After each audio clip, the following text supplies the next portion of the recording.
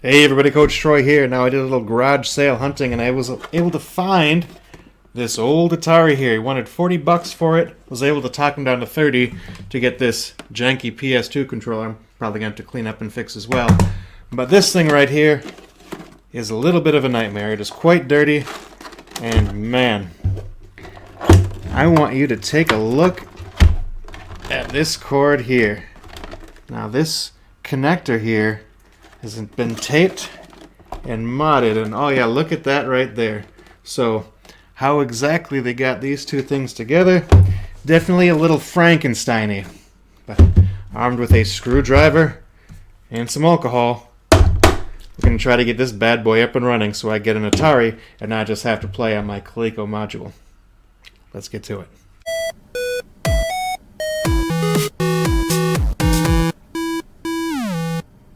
Alright, let's get to it. We're going to start by removing these 4 screws. Get your screwdriver right.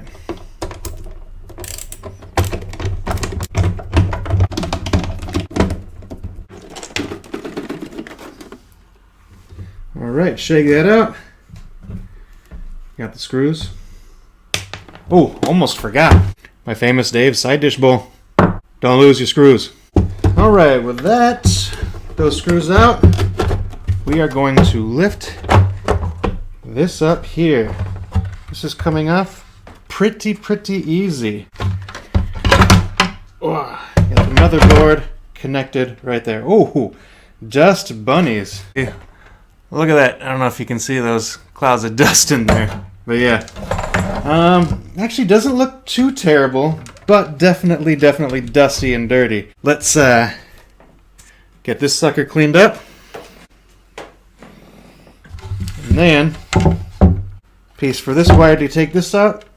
We're just going to unhook that there. Slide that out. Oh, Jesus, you can see the dust flying. We're going to get this one cleaned up too. Now, this would actually be a perfect time if I had a can of air to spray to get all this out. That might be best, but I'm just going to try my best to move it out of the way.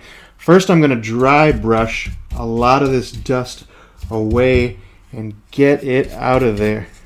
Wow, that piece of paper looks pretty good condition. March 17th, 1982. Yeah, this looks a little distressing on the back there. I don't know if you can see that, but hopefully that won't matter too much. Let's just clean all this off. Alright. Some alcohol. Alright, and now we're going to get in there again and try to clean up a lot of this in here. Don't be shy to get around those switches. Get into those controller ports. That's a big thing right there. If those are dirty, you're not going to get connection. You're not going to be able to play anything. You're not going to be able to move your characters. Looks like I got some sticky stuff on here though that I'm having to put a little extra work into getting that off. I'm going to again take my cut up gift card, put that around a shirt like so. A little alcohol on there. Again, I don't have any Bright Boy. At some point I got to get some of that. And I'm just going to work it in there to clean out those pins so we can read the cartridges. It's not as bad as the ColecoVision was. Alright, now we're going to let this sit and dry. Make sure this completely dries before we do anything else. And make sure that your case is dried as well. Now, as much as I'd love to use these Frankenstein wires, I think we're just going to toss these. We'll replace it with one of these. All we're going to do here is take one of these wires off. And that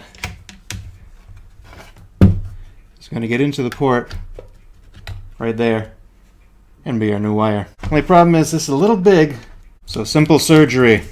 See if it works. Nice thing is, if I screw up, I've got 2 more. Now this should work and have enough clearance for the rest of the system.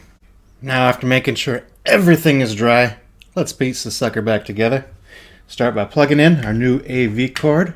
You're going to want to get the switches through first. And then slide those backs through so they're fit. Make sure all those are good. And take your AV cord, slide it through the hole there. Pull that through.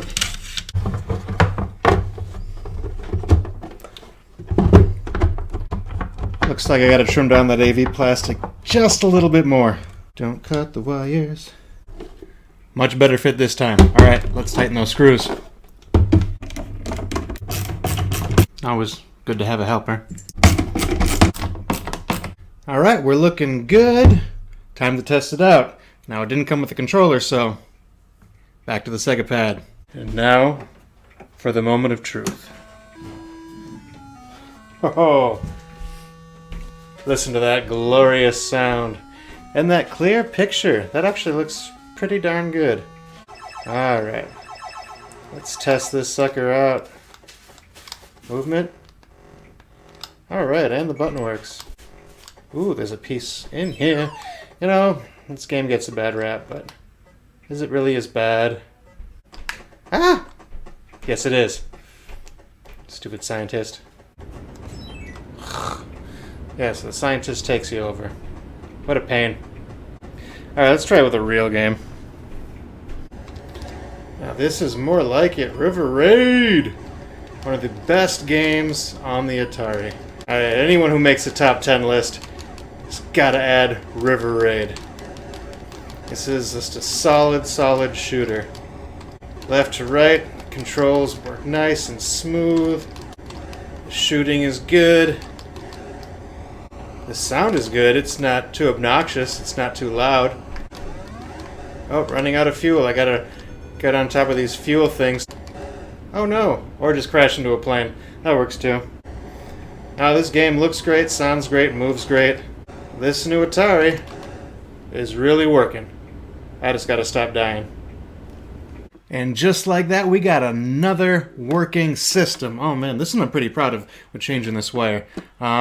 Hey, shout out to Adam Koralik and Definitely Casual PCs, those two channels, because I watched their videos and that helped me learn a lot about what I had to do and how to do it. So, thanks guys, much appreciated.